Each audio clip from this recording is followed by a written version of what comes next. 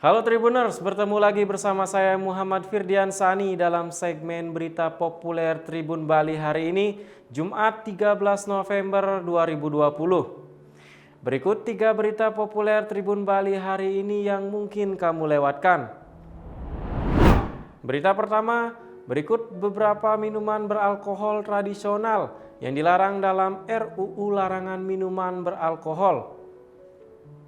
Rancangan Undang-Undang RUU tentang larangan minuman beralkohol kembali dibahas di Badan Legislasi DPR RI. Berdasarkan draft RUU Larangan Minuman Beralkohol yang diperoleh dari pimpinan Baleg, pengusul RUU tersebut mencantumkan golongan minuman beralkohol yang berpotensi dilarang diproduksi, disimpan, dan dikonsumsi. Ketentuan golongan minuman tersebut terdapat pada bab 2 tentang klasifikasi, pasal 4 ayat 1 RUU Larangan Minuman Beralkohol, yakni yang pertama ada minuman beralkohol golongan A dengan kadar etanol lebih dari 1-5%. Kedua, minuman beralkohol golongan B dengan kadar etanol lebih dari 5-20%. Sementara itu, minuman beralkohol golongan C dengan kadar etanol 20-55%. Adapun dalam pasal 4 ayat 2 RUU Larangan Minuman Beralkohol disebutkan bahwa selain minuman beralkohol berdasarkan golongan, minuman beralkohol yang ikut dilarang meliputi minuman beralkohol tradisional dan minuman beralkohol campuran atau racikan. Adapun jenis-jenis minuman beralkohol tradisional yang dimaksud adalah sopi, bobo, balo, tuak, arak, saguer atau dengan nama lainnya. Salah satu pengusul anggota DPR dari fraksi P3, Ilija Sa'adudin Jamal mengatakan RUU Larangan Minuman Beralkohol bertujuan melindungi masyarakat dari dampak negatif akibat mengkonsumsi minuman beralkohol. Menurutnya, soal minuman beralkohol belum diatur secara spesifik dalam undang-undang. Pengaturannya saat ini masuk dalam KUHP yang deliknya dinilai terlalu umum. Sedangkan ia mengatakan aturan larangan minuman beralkohol merupakan amanah konstitusi dan agama bahwa tiap orang berhak hidup sejahtera di lingkungan yang baik. Berita kedua, perwira TNI AD Gadungan tipu wanita di Denpasar.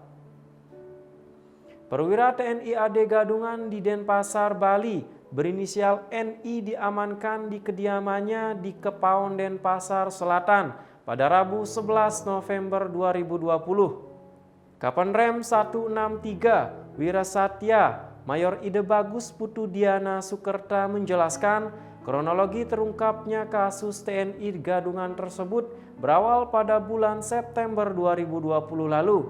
Saat itu NI sedang makan di sebuah warung ikan bakar dan NI kemudian menjadi pelanggan tetap di warung tersebut.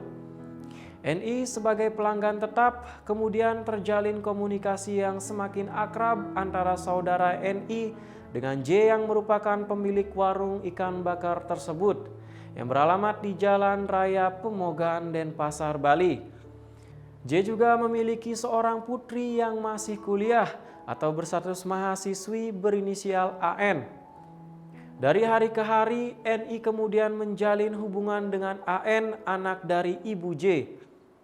Hingga suatu hari, NI meminjam uang sebesar 1,5 juta rupiah pada bulan Oktober 2020 dengan jaminan sebuah laptop.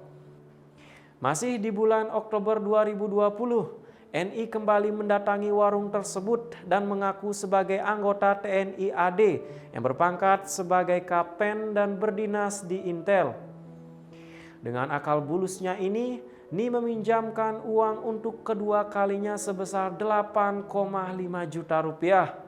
Melihat hubungan anaknya dengan NI semakin akrab, Ibu J berencana menemui NI untuk memastikan apakah ia benar anggota TNI AD atau bukan. Pada Rabu 11 November 2020 pukul 10.30 WITA, Ibu J dan anaknya AN mendatangi piket Praja Raksaka Kepaon untuk mengecek kebenaran NI yang mengaku sebagai anggota TNI AD yang berpangkat kapten itu.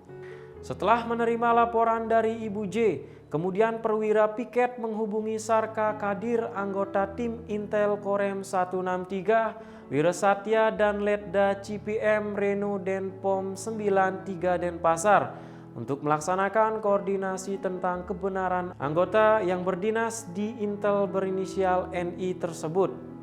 Kemudian mereka ke tempat kos NI yang sudah diketahui alamatnya yang berada di Jalan Mertasadi nomor 1, Banjarmertasari, Kepaon, Denpasar. Di tempat itulah NI diamankan. Berita ketiga, Indrayani trauma setelah jadi korban aksi penodongan dan perampokan. Indrayani, salah seorang pegawai SPBU Benoa, mengaku trauma setelah menjadi aksi korban penodongan yang diduga menggunakan senjata api disertai perampokan oleh pria beratribut ojek online. Indrayani masih tidak menyangka kejadian itu menimpa dirinya bersama kedua rekannya yang sedang bertugas. Bahkan, aksi pelaku yang membawa senjata api bisa mengancam nyawa ketiga penjaga SPBU perempuan itu. Meskipun tidak mengalami luka-luka, Indrayani dan kedua rekannya tak bisa lepas dari trauma psikis akibat peristiwa yang terekam CCTV milik SPBU tersebut. Saat ini Indrayani dan temannya sudah kembali bekerja seperti biasa. Namun, rasa was-was masih menghantui mereka. Aksi perampokan pada Rabu 11 November 2020 siang itu terjadi saat kondisi SPBU tengah sepi. Indrayani menuturkan detik-detik kejadian, di mana saat itu pelaku masuk seperti pelanggan SPBU biasa. Pelaku lalu berhenti di bagian tengah dalam area pom bensin. Lalu turun dari sepeda motor dan berlangsung menodongkan pistol. Sembari menodongkan pistol, pelaku berjalan mengarah ke sebuah tas yang berada di lokasi yang diketahui milik salah satu teman Indrayani. Tas itu kemudian dibawa kabur oleh pelaku. Ia hanya melihat pelaku menggunakan jaket dengan atribut ojek online dan menggunakan masker. Indrayani dan rekannya pun berlari secara terpisah. Dirinya ke ruang istirahat dan temannya ke toilet. Sementara itu, kepolisian saat ini masih melakukan pemeriksaan terhadap saksi-saksi dan penyelidikan terhadap kasus tersebut. Berita populer hari ini didukung oleh Grab, Cahya Dewi Beauty Salon, dan Ines Kosmetik.